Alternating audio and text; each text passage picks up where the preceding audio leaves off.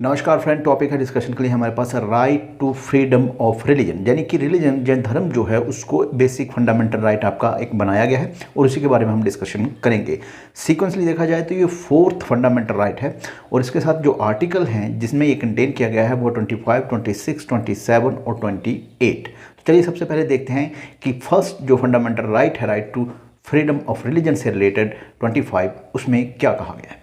तो आर्टिकल 25 जो है उसमें कहा गया है दोस्तों कि freedom of conscience and free profession, practice and propagation of religion, यानी कि सिंपली धर्म जो है उसमें आपको जो कॉन्शियस है उसको आप फ्रीली इंजॉय कर सकते हैं, उसमें जो आपका प्रोफेशन है उसको आप फ्रीली इंजॉय कर सकते हैं, उसमें जो प्रोपगेशन और प्रैक्टिस है उसको भी आप फ्रीली इंजॉय कर सकते हैं। अब इन चार term conscience, profession, practice, propagation का मीनिंग क्या है यहाँ पर उसको हम समझने की कोशिश करते हैं और साथ में इसका सीक्वेंस भी याद रखें आपकी। ये कॉन्शियंस, प्रोफेशन, प्रैक्टिस और प्रोपगेशन है। सिंपली हम कहें तो कॉन्शियंस का मतलब होता है अंतरात्मा, यानी कि अंदर में अपने दिमाग में आप क्या सोचते हैं अपने धर्म के बारे में, उसके लिए आप फ्री हैं। You are free to think it internally, ठीक है ना, तो वो आपकी कॉन्शियंस है। नेक्स्ट वर्ड है प्रोफेशन, जिसका मतलब होता है कि जो मैं इंटरनली, जो मेरी कॉन्शियंस है उसको सोचता हूँ मैं उसको पब्लिकली कहना, या पब्लिकली अपने बिलीव के बारे में, अपने रिलीजन या धर्म जो भी है आप उसके बारे में बताना। तीसरी जो टर्म है वो है प्रैक्टिस। प्रैक्टिस का मतलब है जो आप इंटरनली सोचते हैं, जो आपकी कॉन्शियंस है, जो आप पब्लिक स्टेटमेंट देते हैं, जो आपका प्रोफेशन है, उसको आप क्या करते हैं, उसको आप प्रैक्टिस करते हैं ना। कोई कौन से कपड़े पहनता है, कोई कैसे खाता है, कोई किस तरह से पूजा पाठ, इबादत कह लीजिए, प्रे कह लीजिए। और चौथा वर्ड है प्रोपगेशन। अब ये सारी चीज़ें जो होगी, ये तीन, कि भाई आप सोचते क्या हैं, आप उसको बताते क्या है कि मैं ये करता हूँ, और आप उसको प्रैक्टिस क्या करते हैं, इन सब चीज़ों का आप प्रचार कर सकते हैं। तो जनरली इसका मतलब है प्रोपगेशन का कि भाई कोई विचार, कोई बिलीफ, कोई मेरा विश्वास है उसको स्प्रेड करना या उसको फैलाना लोगों के बीच में। और यही चीज़ जो है वो ज़्यादातर मिसयूज़ की जाती है, यानी किस तरह के लालच दिए जाते हैं, चाहे वो पैसे का हो, चाहे अच्छी सुविधाओं का हो, उसको कैसे करते हैं, क्यों करते हैं, उसके पीछे तो बहुत बड़ी फिलॉसफी है। पर ये वर्ड जो है फोर्थ, इसके जरिए जो है धर्मांतरण या कन्वर्जन कह लीजिए जिसको किया जाता है, और उसके लिए जो है वो तरह तरह के हथकंडे भी अपनाए जाते हैं। अब हम चलते हैं क्लॉज 1 का, जो कि आर्टिकल 25 की है। तो इसमें अगेन फिर वही बात आ जाती है कि भाई ये जो चार शब्द हैं इनको जो है हर व्यक्ति जो है वो फ्रीली एंजॉय करेगा। पर उसमें जो है वो तीन आपके लिए चेक रखें कि भाई आपको पब्लिक ऑर्डर, यानी कि जो व्यवस्था है, आपको मोरालिटी, नीति, और उसके साथ आपको हेल्थ, ये तीन चीज़ों का ख्याल आपको रखना पड़ेगा। अब देखिए यहाँ पर ये तीन चीज़ें जो है वो सुपरसीड कर गई आपकी रिलीजियस फ्रीडम को। पब्लिक ऑर्डर, मोरालिटी और हेल्थ जो है उसको सुपरसीड नहीं कर सकते। क्यों?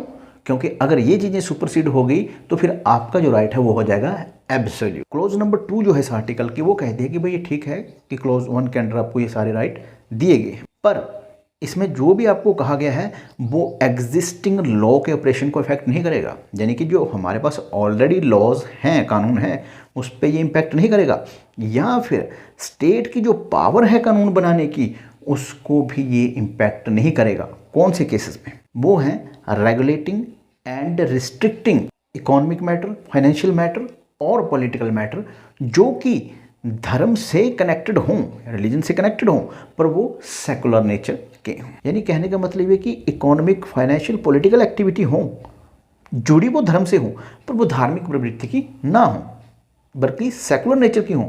तो इन सब चीज़ों को क्या करेगा, कानून बना के रिस्ट्रिक्ट किया जा सकता है। उसमें आप ये नहीं कहेंगे कि भाई ये मेरी फ्रीडम ऑफ रिलीजन का पार्ट है। नेक्स्ट इसी में है दोस्तों बी क्लॉज, जिसमें कि कहा गया है सोशल वेलफेयर, यानी सामाजिक उत्थान जो है उसमें भी स्टेट जो है वो कानून बना सकती है, और उसमें भी कानून बना के आपकी जो रिलीजियस फ्रीडम है उसको आप एक तरह से कह सकते हैं कि रिस्ट्रिक्ट किया जा सकता है।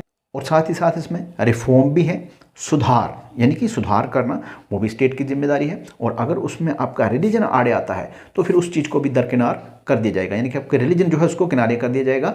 सोशल वेलफेयर और रिफॉर्म जो है वहाँ पर बहुत ज़्यादा इंपॉर्टेंट हो जाएंगे। और साथ में इसमें कहा गया है कि जो रिलीजियस इंस्टीट्यूशन जो है हिंदूज़ के, जो कि पब्लिक के लिए ओपन है, उनके रिगार्डिंग भी कानून बनाया जा सकता है कि वह सभी जो हैं ओपन रहें, हर क्लास के लिए, हर section of the Hindu societies के लिए, है ना, वो किसी तरह का कोई भेदभाव वहाँ पर ना हो। तो यहाँ पर आप देखिए कि आपकी जो रिलीजियस फ्रीडम है उस पर कितने ज़्यादा चेक हैं। और इसी आर्टिकल में 2 एक्सप्लेनेशन भी हैं दोस्तों। तो उसमें जो फर्स्ट एक्सप्लेनेशन है वो कहती है wearing and carrying kirpans shall be deemed to be included in the profession of the Sikh religion. यानी जो कृपान डालते हैं सरदार, वो जो है वो उनके धर्म का एक पार्ट माना जाएगा, यानी उस पर किसी तरह का कोई प्रतिबंध नहीं होगा।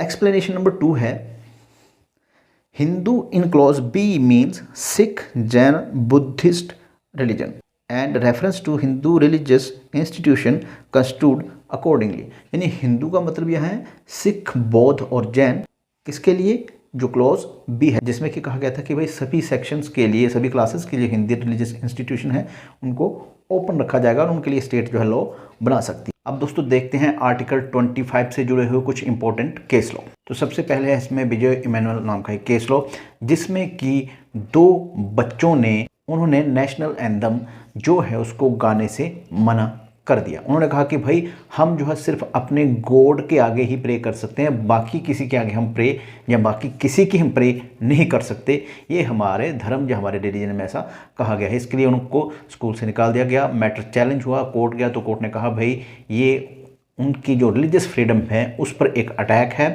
वो जो थे नेशनल एंथम जो था जब गाया जा रहा था तो वो रिस्पेक्टिवली खड़े थे, बस वो गा नहीं रहे थे, और ना ही उन्होंने किसी तरह की कोई डिस्टर्बेंस क्रिएट की, यानी कि नेशनल एंथम जो था उसको रोकने की कोशिश की, कुछ भी ऐसा नहीं किया, बस वो गा नहीं रहे थे। और सुप्रीम कोर्ट ने कहा कि भाई नेशनल एंथम को गाना जो है वो कोई ऑब्लिगेशन नहीं है। नेक्स्ट है दोस्तों Ramesh versus union of India, जिसमें कि एक सीरियल जो था, धारावाहिक जो था, उसको टेलीकास्ट किया जा रहा था दूरदर्शन पर, जिसका नाम तमस था, और उसको लेकर ही एक जो पिटीशन थी वो डाली गई थी कि भाई इसको बंद किया जाए, इससे जो माहौल है वो ख़राब हो सकता है। तो इस पर सुप्रीम कोर्ट ने पिटीशनर को कहा कि भाई आपका आर्टिकल 25 क्लॉज 1 के अंडर किसी भी तरह का कोई वायलेशन नहीं किया गया राइट का, इसलिए ये जो है वो सीरियल जो है वो कंटिन्यू करेगा। पर हाँ, उन्होंने कहा कि ये अच्छी बात है कि पिटीशनर ने उनका जो एक पॉइंट है या एक ध्यान जो है वो इस मामले की तरफ लाया। नेक्स्ट है N Adithyan versus Travancore Devaswom board. इसमें जो था नॉन ब्राह्मण जो था उनके लिए कहा गया था कि भाई नॉन ब्राह्मण को जो है वो अपॉइंट किया जा सकता है एज अ पुजारी या पूजा करने वाला जो भी होता है, बशर्त है कि वो जितने भी रिचुअल हों उनकी प्रॉपर उनकी ट्रेनिंग हुई हो। नेक्स्ट जो केस है दोस्तों वो मौलाना मुफ्ती सईद मोहम्मद जो है उसके नाम से है, जिसमें कि ये कहा गया था कि भाई जो लाउड स्पीकर हैं अजान के लिए वो उनको बजाना जो है वो ज़रूरी नहीं है, वो ना बजाया जाए तो बहुत अच्छा है, क्योंकि ये कोई इंटीग्रल पार्ट नहीं है जो मुस्लिम जो रिलीजन है उसका। नेक्स्ट चर्च ऑफ गॉड जो है नाम से केस लॉ है दोस्तों, जिसमें कि ये कहा गया था अगेन जो नॉइस पोल्यूशन है, जो हेल्थ जो है उसको कैसे यानी सुपीरियर रखा गया है रिलीजन से। तो इसमें उन्होंने कहा था कि भाई ये जो लगातार आप बेल्स वगैरह रिंग करते हैं चर्च या गिरजाघर में वो ना करिए, इससे बहुत ज़्यादा डिस्टर्बेंस होती है। नेक्स्ट केस लॉ जो है दोस्तों वो अर्नव राय के नाम से है। यहाँ पर जो नेशनल फ्रेमवर्क करिकुलम होता है या जो स्कूल एजुकेशन होती है उसमें जो था रिलीजन को लेकर कुछ चीज़ें उसमें डाल दी गई थी, तो पिटिशनर ने इसे चैलेंज किया और कहा ये गलत है और जो सेकुलर इथोस हैं हमारे उसके अगेंस्ट है। तो इस पर कोर्ट ने कहा कि भाई देखो एक दूसरे के रिलीजन को समझना, उसकी स्टडी करना, उसकी स्पिरिचुअल मॉरल वैल्यू जो है उसको ग्रहण करना जो है बहुत अच्छी बात है। और लास्ट कुछ टाइम से हमारे जो इन सब चीज़ों में एक तरह से गिरावट जो है आई है, तो ये एक अच्छी बात है कि एक दूसरे को समझना जो है, और उसके लिए जो अगर एजुकेशन में कुछ इस तरह के छोटे मोटे बदलाव किए जाते हैं तो वो गलत नहीं है। और साथ में जो नेशनल करिकुलम बनाया गया है ये तो इस गवर्नमेंट ने नहीं बनाया है, ये इससे पहले की एक जो कमेटी थी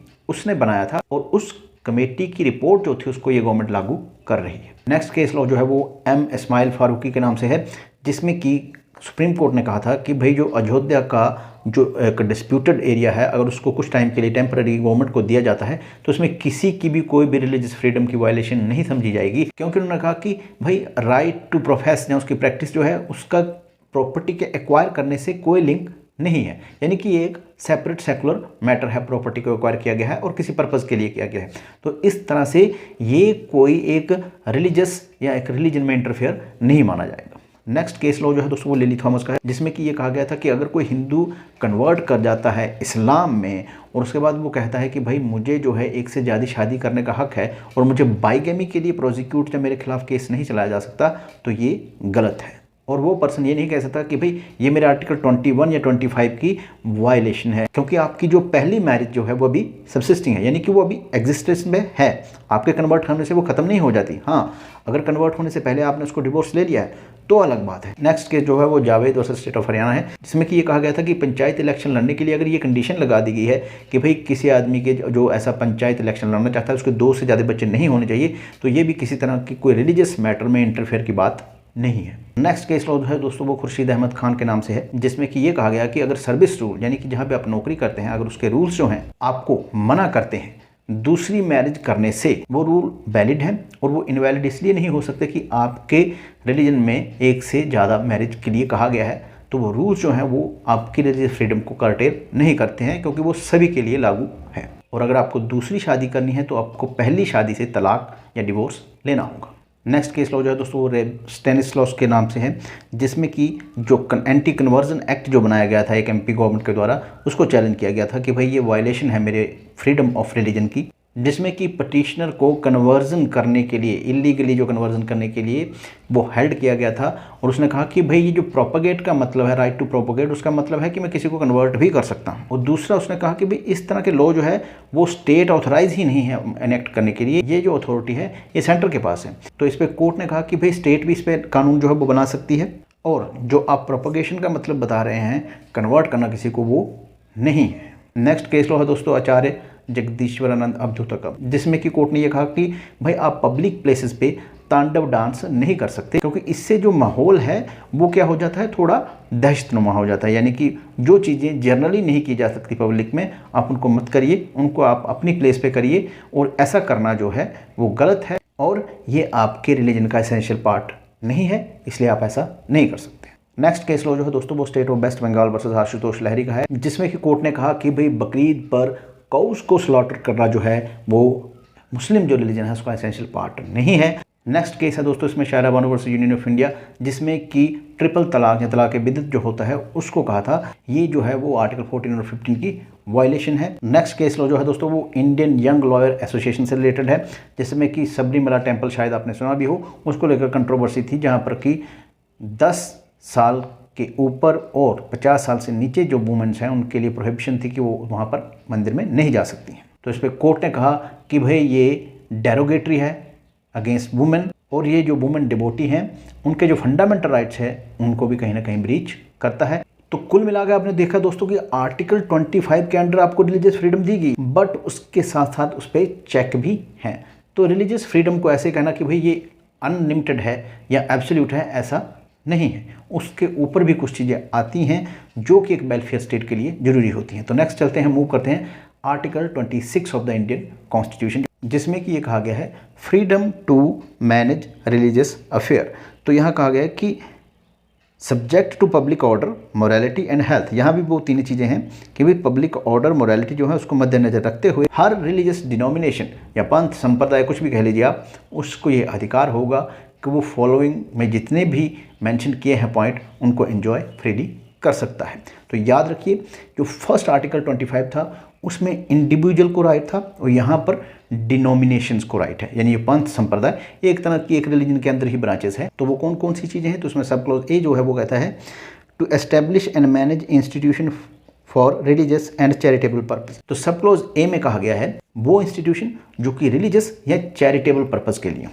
क्लॉज बी में कहा गया है to manage its own affairs in matter of religion, यानी रिलीजन के अंदर ही कोई अफेयर्स होते हैं तो उनको भी वो मैनेज कर सकती है। क्लॉज सी के अंदर कहा गया है कि टू ओन और एक्वायर मूवेबल और इमूवेबल प्रॉपर्टी, यानी कि आप मालिक बन सकते हैं, आप एक्वायर कर सकते हैं मूवेबल या इमूवेबल प्रॉपर्टी को। और क्लॉज डी में कहा गया है to administer such property according to law, और इस तरह की जितनी भी मूवेबल या इमूवेबल प्रॉपर्टी हो आपकी, उसको आप देखभाल कर सकें, उसको मैनेजमेंट कर सकें, वो भी आपको एक राइट दिया गया है। यहाँ पर दोस्तों जो वर्ड रिलीजियस डिनोमिनेशन है उसको सुप्रीम कोर्ट ने डिफाइन किया था कमिश्नर हिंदू रिलीजियस केस में, जो कि आपकी स्क्रीन पे है। तो इसमें कोर्ट ने कहा था जो रिलीजियस डिनोमिनेशन है उसका मतलब है a collection of individual classed together under the same name a religious sect or a body having a common faith or organization and designated by a distinctive name। और ये जो उन्होंने लिया था वो ऑक्सफोर्ड डिक्शनरी से लिया था। तो इसको थोड़ा इजीली समझते हैं। जैसे मान लीजिए हिंदू रिलीजन है,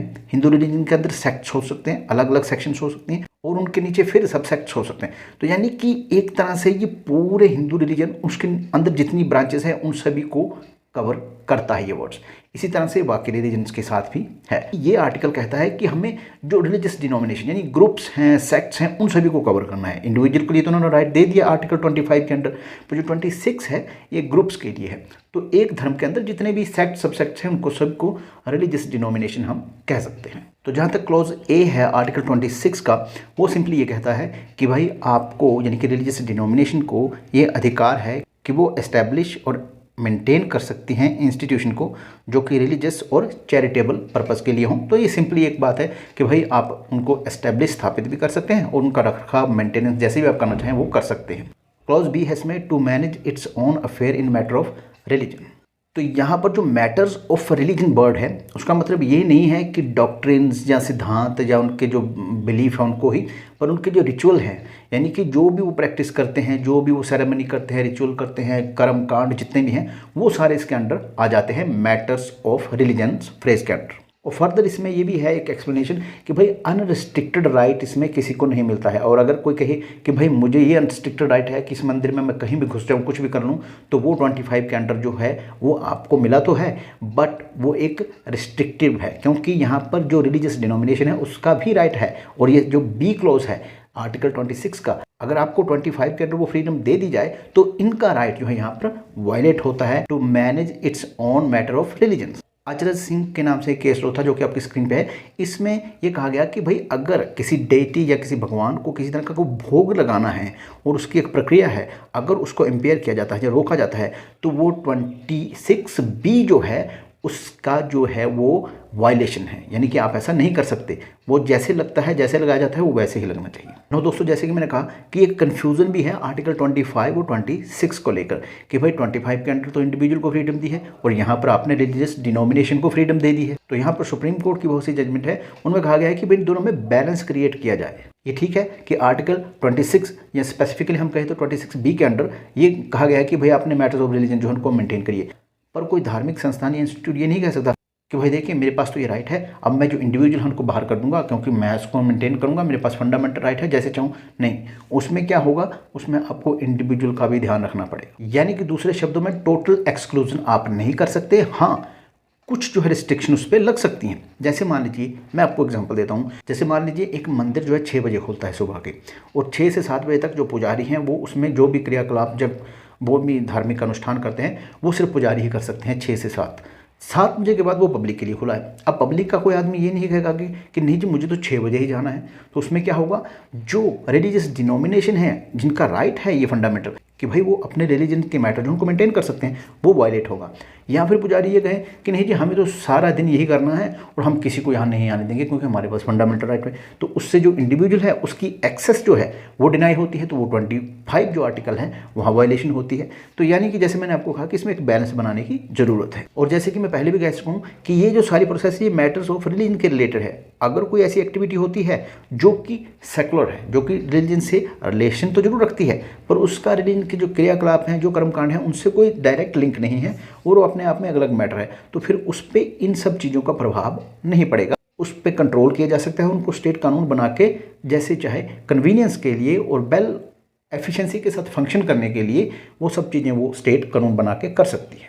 हाँ, इसमें ये मुश्किल जरूर आ सकती है कि भाई कौन सी एक्टिविटी रिलीजन्स हैं और कौन सी जो है वो सेकुलर है, इसको डिसाइड करने में जो है दिक्कत जरूर आ सकती है। नेक्स्ट इसमें दोस्तों केस लॉ है बीरा किशोर का, जो कि आपकी स्क्रीन में है। इसमें जो था वो श्री जगन्नाथ टेम्पल एक्ट जो था उसको चैलेंज किया गया था कि भाई इसका जो कंट्रोल है आपने जो किंग यानी राजा से लेकर किसको, एक कमेटी को दे दिया है।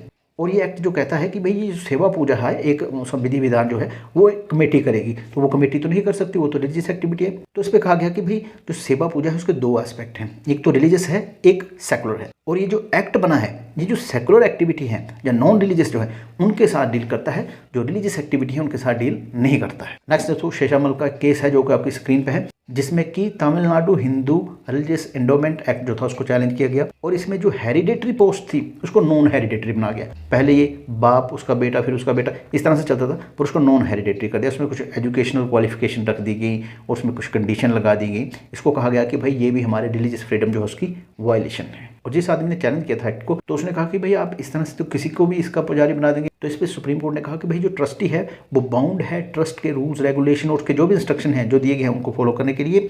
इसलिए एक सेक्ट का जो पर्सन है वो दूसरे सेक्ट के जो मंदिर हैं या कोई भी रिलीजियस इंस्टीट्यूशन है उसमें उसकी अपॉइंटमेंट नहीं की जा सकती। रिलीजियस डिनोमिनेशन जो है दोस्तों, वो जनरल एजुकेशन जो होती है उसके लिए भी इंस्टीट्यूट एस्टेब्लिश कर सकते हैं, पर उसमें शर्त यह है कि वो चैरिटेबल होनी चाहिए, यानी कि वो एक फ्री एजुकेशन के लिए कर सकते हैं, अदरवाइज नॉट। और ये सब जो डिसाइड किया गया था आपकी स्क्रीन पे जो केसेस हैं उनमें।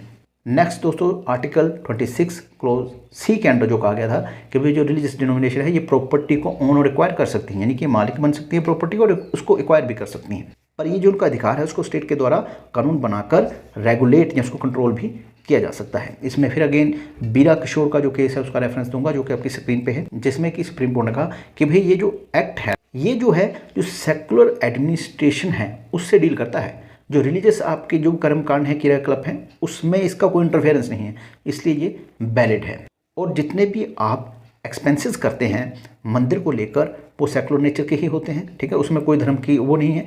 बस उसका मैनेजमेंट देखना है कि कहीं वो मिसयूज ना हो, है ना, उनका दुरुपयोग ना किया जाए या उनमें जो एक लूट खसूट ना की। रिलीजियस डिनोमिनेशन जो है वो एक्सपेंडिचर कर सकती हैं, खर्च कर सकती हैं, बट एज पर लॉ। और इसके बाद एक रतिलाल का केस है जो आपकी स्क्रीन पे है। इसमें कोर्ट ने कहा कि भाई देखिए रिलीजियस डिनोमिनेशन जो है वो खर्च कर सकती हैं और आप उनको रोक नहीं सकते कंप्लीटली, पूरी तरह से उनको चेक लगा दिया जाए कि नहीं भाई आप कोई खर्चा नहीं करोगे। और अगर ऐसा किया जाता है तो ये आर्टिकल 26D क्लॉज जो है उसका वायलेशन होगा। इसी से मिलता जुलता एक और केस लॉ है कमिश्नर हिंदू रिलीजियस एंडोमेंट का, जो कि आपकी स्क्रीन पे है। इसमें जो था Madras Hindu religious charitable and endowment act जो था उसको चैलेंज किया गया था। और इसकी एक प्रोविजन थी जिसमें कि कमिश्नर जो था इस एक्ट के अंडर वो उसके पास ये राइट था कि वो महंत जो था उसको किसी भी टाइम स्टॉप कर सकता था विदाउट एनी रीज़न। तो कोर्ट ने कहा कि ये भी गलत है भाई, आप कैसे उनको रोक सकते हैं, उनको एक्सपेंडिचर तो करने होंगे जो भी उनके डेली या उनकी नेसेसिटी के लिए ज़रूरी है तो वो करने पड़ेंगे उनको। और अगर आप ऐसा करने से उनको रोकते हैं तो 26D जो है उसका वायलेशन यहाँ पर माना जाएगा। और इसके साथ ही कुछ और केस लॉ है जो आपके स्क्रीन में है। इन सभी में भी यही बात कही गई थी कि भाई देखो बिना किसी कारण के किसी मंदिर को आप किसी ऑफिशियल कमिश्नर के अंडर दे रहे हो वो भी एक तरह का वायलेशन है 26D का। यानी कि आपके पास कोई जस्टिफिकेशन होना चाहिए कि भाई देखिए फला फला मंदिर में इतना चढ़ावा आता है और यहाँ पर बहुत गबन हो रहा है, पैसा लग नहीं रहा है, इनकम तो बहुत है पर वो जा कहाँ रही है पता नहीं चल रहा है। उस चीज़ को सॉर्ट आउट करने के लिए गवर्नमेंट इंटरफेरेंस कर सकती है, बट स्टेट अगर हर जगह रिलीजियस डिनोमिनेशन के इंटरफेरेंस करना शुरू कर देगी अननेसेसरी बिना किसी कारण के तो वो भी गलत है। नेक्स्ट केस लो है दुर्गा कमेटी अजमेर के नाम से जो कि आपकी स्क्रीन पे है। इसमें ये कहा गया था कि भाई ये जो रिलीजियस डिनोमिनेशंस हैं या सेक्ट जितने भी हैं ये वही राइट इंजॉय कर सकते हैं जो कि इनके ट्रेडिशन कल्चर में चले आ रहे हैं। ये अपनी तरफ से कोई नया राइट जो है उसको क्रिएट नहीं कर सकते हैं। और साथ में दोस्तों आर्टिकल 26 जो है वो स्टेट के राइट को भी इंटरफेयर नहीं करता है प्रॉपर्टी एक्वायर करने के लिए। मान लीजिए किसी भी रिलीजियस इंस्टीट्यूशन की मंदिर की जो प्रॉपर्टी एक्वायर करनी पड़े किसी पब्लिक पर्पज़ के लिए तो वो जो राइट है स्टेट का वो वहाँ रहेगा। स्टेट को आप ये नहीं कह सकते कि देखिए मेरे पास तो भाई ये मेंटेन करने का राइट है, मेरे को प्रॉपर्टी ऑन करने का एक्वायर करने का राइट है तो आप ऐसा नहीं कर सकते। नहीं, अगर पब्लिक पर्पसेस के लिए वो जो प्रॉपर्टी एक्वायर करनी पड़े या किसी और कारण के लिए जो कि नेसेसिटी है तो फिर वहाँ पर वो एक्वायर किया जा सकता है। और इसको लेकर जो केस लॉ है वो आपकी स्क्रीन पर है। ठीक उसी तरह एग्रेरियन रिफॉर्म, यानी कि अगर जो प्रॉपर्टी है रिलीजियस डिनोमिनेशन की वो बहुत ज़्यादा है, जैसे हज़ारों एकड़ की ज़मीन है तो उसको भी लिया जा सकता है। जो एक रिफॉर्म करने हो अगर सोसाइटी में या उसमें जो डिस्ट्रीब्यूशन करना हो सिस्टम का लैंडलेस को तो वो भी स्टेट का राइट जो है वो अपर हैंड है, वहाँ पर स्टेट का राइट जो है वहाँ सुप्रीम रहेगा। तो नेक्स्ट चलते हैं दोस्तों article 27 of the Indian constitution जो कि कहता है कि भाई freedom as to payment of taxes for promotion of any particular religion. तो सिंपली इसका मतलब ये है कि भाई जितना भी टैक्सेस से पैसा होता है वो किसी पर्टिकुलर रिलीजन के लिए स्टेट के द्वारा नहीं यूज़ किया जाएगा। क्यों? क्योंकि अगर स्टेट किसी पर्टिकुलर या विशेष किसी रिलीजन के लिए टैक्स का पैसा यूज़ करती है तो फिर उसका जो सेकुलरिज्म का एक ढांचा है वो टूट जाएगा, यानी कि उसकी धर्मनिरपेक्षता जो है वो खतरे में आ जाएगी। लोग कहेंगे कि भाई देखिए ये टैक्स का पैसा किसी विशेष रिलीजन में लगाया जा रहा है। याद रखिएगा वर्ड यूज़ किया गया है पर्टिकुलर, यानी कि पर्टिकुलर के लिए नहीं, पर अगर सभी के लिए इक्वली डिस्ट्रीब्यूट करती है तो शायद वो वैलिड होगा क्योंकि यहाँ पर्टिकुलर रिलीजन्स को जो आप टैक्स का पैसा नहीं स्पेंड कर सकते। इसमें दोस्तों जगन्नाथ रामानुज दास का एक केस है हमारे पास, जिसमें कि Odisha Hindu religious endowment act के अंडर प्रोविज़न की गई थी कि भाई वो रिलीजियस इंस्टीट्यूशन या वो मंदिर मठ जिनकी की इनकम 250 रुपये सालाना से ज़्यादा है उनके लिए कमिश्नर और उसका स्टाफ अपॉइंट किया जाएगा और उनका जितना भी खर्चा होगा वो उस मठ या मंदिर से ही निकाला जाएगा। तो इसमें जो है प्रोविज़न को चैलेंज कर दिया गया इस ग्राउंड पे कि भाई ये टैक्स है, और सुप्रीम कोर्ट ने कहा कि देखिए भाई ये टैक्स नहीं है, ये जो भी सर्विसेज वो आपको रेंडर कर रहे हैं, जो भी सर्विसेज दे रहे हैं उसके एवज में एक तरह की फ़ी है, तो ये टैक्स नहीं है, इसलिए ये आर्टिकल 27 का कोई वायलेशन नहीं है। नेक्स्ट दोस्तों कमिश्नर हिंदू रिलीजन एंडोमेंट का एक और केस था जिसमें कि ये कहा गया कि भाई अगर कंट्रीब्यूशन जो है एक टैक्स के रूप में है आर्टिकल 27 में तो भी वो हिट नहीं करेगा। क्यों? क्योंकि उन्होंने कहा कि भाई ये जो है वो सेकुलर एक्टिविटी से कंसर्न्ड है। रिलीजियस डिनोमिनेशन की कोई किसी तरह की कोई एक्टिविटी जो कि पूरी तरह से रिलीजियस है उसमें तो हम कुछ नहीं कह रहे हैं आपको, उसमें हम किसी तरह का कोई पैसा लेन देन नहीं कर रहे हैं, हम उन चीज़ों को कंट्रोल कर रहे हैं जो कि सेकुलर नेचर की हैं, नॉन रिलीजियस हैं, तो उसमें हम ऐसा कर सकते हैं क्योंकि जो प्रोहिबिशन है आर्टिकल 27 की उसने कहा कि वो रिलीजियस मैटर में है। और अगर इस तरह का कंट्रीब्यूशन जो है अगर किसी रिलीजन को बढ़ाने में या उसके उत्थान में खर्च किया जा रहा है तो गलत है, पर अगर वो नॉन रिलीजियस या सेकुलर नेचर की एक्टिविटी में यूज़ हो रहा है तो वो जो है वो गलत नहीं है, चाहे वो टैक्स ही क्यों ना। नेक्स्ट केस रहा हो दोस्तों इसमें सुरेश चंद्रा का, जो कि आपकी स्क्रीन पे है। इसमें जो भगवान महावीर थे उनका 25th 100 जो है जो एक सेलिब्रेशन ऑफ हिज एनिवर्सरी था, तो वो जो उसमें कहा गया कि भाई स्टेट को इस तरह के आयोजन नहीं करने चाहिए क्योंकि एक तरह से क्या है कि जो टैक्स का पैसा है आप किसी पर्टिकुलर रिलीजन के उसको सेपरेट करने में लगा रहे हैं, और कोर्ट ने इसको रिजेक्ट कर दिया। और कोर्ट ने कहा कि भाई यहाँ पर कोई रिलीजियस सेरेमनी नहीं हो रही है, कोई धार्मिक अनुष्ठान या कर्मकांड नहीं कर रहे हैं, हम क्या कर रहे हैं जो उनकी वैल्यूज़ थी और उनके जो आइडियल्स थे महावीर के उनका प्रचार कर रहे हैं, उनको जो हम एक तरह से प्रोत्साहित कर रहे हैं। नेक्स्ट है दोस्तों आर्टिकल नंबर 28 और लास्ट आर्टिकल है ये फ्रीडम ऑफ रिलीजन का, जिसमें कि कहा गया है freedom as to attendance at the religious instruction और religious worship in certain educational institution. तो उसमें अलग अलग तरह से एजुकेशनल इंस्टीट्यूशन बताए गए हैं जिसमें कि आप रिलीजियस इंस्ट्रक्शन दे सकते हैं, जिसमें कि बिल्कुल ही नहीं दे सकते हैं, जिसमें कि दे सकते हैं पर कुछ कंडीशन है, इस तरह से चीज़ें बताई गई हैं।